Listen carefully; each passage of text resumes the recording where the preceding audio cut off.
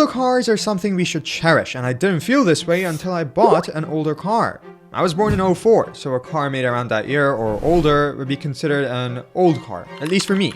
I also come from a privileged background, and I was blessed enough to experience many cars from many different brands, but funnily enough, most of them were newer. In fact, this Touareg from 2006 that I bought is the oldest car anyone has ever purchased in my family, apart from my grandpa's Fiat from the 60s that he got while he was working as a lumberjack. But the question of whether or not you should buy an older car is highly important because you need to approach this with the right mindset. Let's split it up into groups. On one end, we have those who are looking at older cars as a means of escape from the tech-fetished automobiles of today. And then we have those who are looking at older cars out of pure necessity, as they'd rather have their own older vehicle that isn't as refined as newer ones, instead of depending on public transportation or any other means of moving about. Perhaps they don't have a choice and need that older car, as public transport in their place is pretty much non-existent.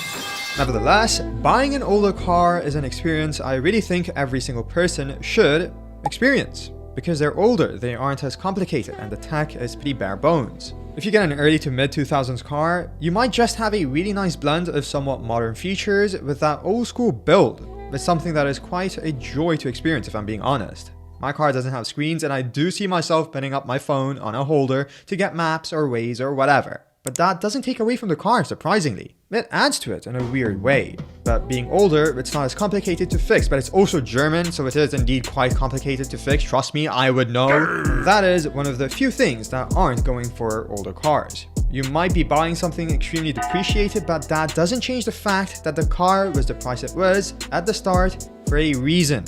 The Touareg I owned depreciated a whopping 97.5%. I am not joking. Brand new, it was 200,000 dirhams. That is in 2006. I paid 5,000 dirhams, and it had the same owner the entire time. Since then, I've replaced the prop shafts, axle boots, differential fluid, link rods, lower control arms, transmission mounts, engine mounts, and I think I probably forgot a few things here and there. And my repairs have costed me more than what I originally paid for the car, and they're still not done. There's so much more, and in fact, it's never ending, and that's something you just gotta learn to accept with older cars. If you fix 2 things, 1 thing will break. If you fix 3 things, 2 things will break. If you can't stomach it and simultaneously can afford something newer, you're better off with the latter. But what if you're doing it for the love of the game? Well, you mad lad, you remind me of someone, but I don't know who exactly. It seems so familiar. What a strange feeling. You, my friend, are in for an eye-opening experience. I changed parts in the engine bay before I changed the tires. That was the first time I worked on my own car, let alone putting my hands in an engine bay. And this only happened because the car compelled me to learn everything I could about it, the ins and outs. The amount of knowledge I gained because of it, my word. I bought 2 tires because one of mine had a crack on the sidewall, and that almost nuked the transfer case because 4-wheel drive, you gotta have the same tread on all 4s, otherwise it gets thrown off, and the tolerance is in the millimeters. Thankfully, I managed to get it sorted before anything catastrophic happened, and I only learned this because I did my research. Then I could feel the prop shaft trying to enter orbit for whatever reason, and would you look at that, brand new. But then I learned that all I needed was a simple $20 part instead of a brand new prop shaft. But hey, you live and you learn. These high beams are actually blinding me. That is the beauty of older cars. You learn so much, and if cars interest you, that's the way to go, without a doubt. All of this, by the way, is paired with this older personality these cars have. I can't explain it, but the newer cars I drove have this almost monotone, mundane feel. And don't get me wrong, my Touareg is pretty mundane, but the engine sounds decent. It's a VR6, not so bad. The steering is so light for a car that weighs 2 tons. Newer cars drive better in my opinion, but I still prefer this. Maybe it's recency bias, I don't know. But the fact remains that older cars have more personality, and my car isn't really the best example here, but imagine if it was like an older Golf or maybe an older Honda. Those were made to be the regular traffic of the 80s, 90s, and 2000s, and were made with the knowledge of that time. In today's world, that is a cool characteristic. I quite like that actually. It's cool whatever way you look at it. But the same lack of knowledge is also its Achilles heel here. And what I mean from that is most older cars are not as safe as modern ones, and that's a pretty big factor. Cars today are bloated, overcomplicated, perhaps not as desirable, but they're also so much safer, and you can't just overlook that in a world where everyone has a phone and is seemingly distracted while driving. Just look at this for example. I'd included it before, but now I can comment on it. God forbid you find yourself in a not so nice situation, then your car will indeed protect you better. But what if you want to put a bull bar, a lift kit, subframe drop, skid plate, coilovers, wheels, tires, and suddenly you realize there isn't a whole lot of customization available to you? Same goes for regular cars, not just SUVs by the way. You can take an older sedan and try to mod it, and what you'll find is a whole new world that exists out there with people dedicating immense resources and energy to making solutions and whatnot for these cars.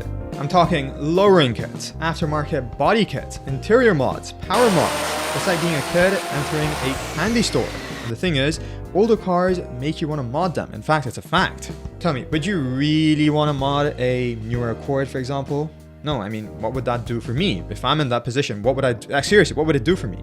The Civic, for example, uses that hybrid setup where the engine just acts as a power plant for the batteries that power the electric motors. A lot of Chinese plug-in hybrid EVs have that as well. If you walk into a dealership, you'll find so many options now. The Chinese cars available to me here have crazy offers. You can get them with zero down payment, like bare minimum interest, for about $500 a month with a 1,000,000-kilometer warranty. Insurance help, registration help, whatnot, everything. And on top of that, about 600 horsepower. Like, it's very hard for the everyday man to ignore an offer like that. The fact is, most normal people will go for it. And they do go for it. I see so many of them on the road.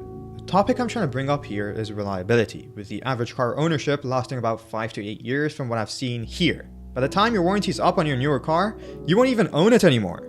Thus, you will never face the troubles of reliability. If it breaks, the warranty covers it. It's humbling. Buy an older car and the thought of reliability won't leave your mind because you're not just paying for it with your time, you're also paying for it with your money. I'd still do it. I'm not one to be renowned for his amazing financial decisions, but I am one that wants to say I lived a pretty fulfilling life at the end, instead of one that didn't have a bit of adventure or uncertainty. What is uncertain is my monetization status. It's still in jeopardy, so if you could take a moment and tag team YouTube on my X post, I would really appreciate it. Regardless of what happens, I'll still continue making videos for as long as financially feasible. Take care, and I'll see you soon.